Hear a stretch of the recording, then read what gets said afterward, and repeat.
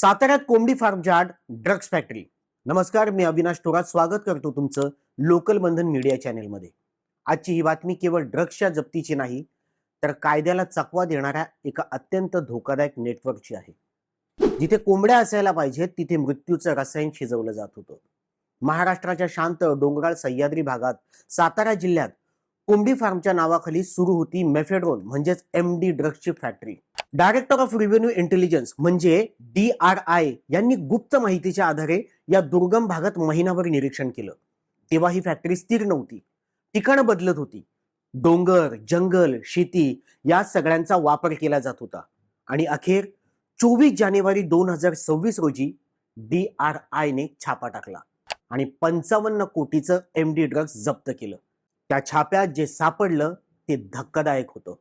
21.9 kilo mephedrone, त्याची अंदाजे किंमत 55 कोटी रुपये इतकी आहे. हे ड्रग्ज विविध स्वरूपात होते: liquid, semi liquid, crystal form. आणि इतकंच नाही तर 71.5 किलोचा कच्चा माल सुद्धा जप्त झाला, ज्यातून अजून 15 किलो MD तयार होऊ शकत होतं. म्हणजे ही फॅक्टरी अजून किती तरुणांचं आयुष्य उद्ध्वस्त करणार होती याचा अंदाज लावणं सुद्धा कठीण आहे. या ठिकाणी 5 जणांना अटक करण्यात आली. ड्रग्ज बनवणारा कुक, फायनान्सर, कोंबडी फार्मचा मालक आणि 2 ग्राहक जे माल उचलायला आले होते. आणि धक्कादायक बाब म्हणजे या 5 पैकी 4 आरोपी हे सराहित गुन्हेगार आहेत. यांच्यावर याआधीही NDPS कायदा आणि अगदी मकोका या अंतर्गत गुन्हे दाखल आहेत. आता हे MD ड्रग्ज कुठे जाणार होते? मुंबई, पुणे आणि इतर अनेक शहरांमध्ये हे पाठवलं जाणार होतं. 1 ग्रॅमची किंमत 500 ते 1000 रुपये. आणि यात सगळ्यात गंभीर बाब म्हणजे अल्पवयीन मुलापर्यंत सुद्धा हा ड्रग पोहोचतोय. आता आम्हाला एक प्रश्न पडलाय, सातारा खरंच ड्रग्ज हब झालाय का? कारण ही पहिली घटना नाही.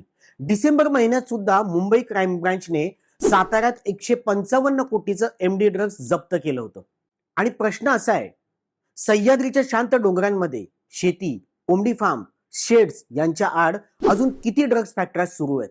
आणि प्रश्न फक्त ड्रग्जचा नाही, प्रश्न आहे, आपली गावं सुरक्षित आहेत का? तरुण पिढी कुठे चालली आहे? आणि हे नेटवर्क पूर्णपणे मोडून टाकता येईल का? तपास सुरू आहे. आणखी लोकांना अटक होण्याची शक्यता आहे. पण छत्रपती शिवाजी महाराजांच्या पवित्र भूमीत असा प्रकार घडतो, यापेक्षा दुर्दैव काय असू शकतं?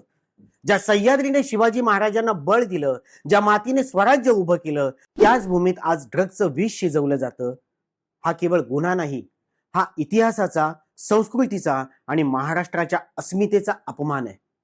शिवरायांनी या भूमीतून स्वराज्याचं स्वप्न पाहिलं आणि आज त्याच भूमीतून तरुण पिढीला बर्बाद करण्याचं कारस्थान रचलं जातंय.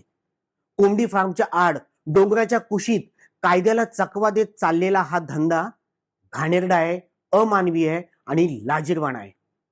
हा प्रश्न फक्त ड्रग्जचा नाही, हा प्रश्न आहे, आपण छत्रपती शिवरायांच्या वारशाला योग्य न्याय देतोय का? जर आज आपण गप्प बसलो तर उद्या ही पवित्र भूमी स्वराज्याची नाही तर नशेची ओळख बनण्याचा धोका आहे. आणि म्हणूनच अशा प्रत्येक नेटवर्कला मुळासकट उखडून टाकणं हा केवळ कायद्याचं काम नाही, तर प्रत्येक शिवभक्ताचं कर्तव्य आहे. या ड्रग्जला आळा घालण्यासाठी, तरुण पिढीला वाचवण्यासाठी हा व्हिडिओ जास्तीत जास्त लोकांपर्यंत पोहोचवा. तुमचे सुद्धा काही असे अनुभव असतील तर तुम्ही कमेंट बॉक्समध्ये नक्की टाका. आम्ही त्यावरती सुद्धा व्हिडिओ बनवू आणि जास्तीत जास्त लोकांपर्यंत पोहोचवू. धन्यवाद.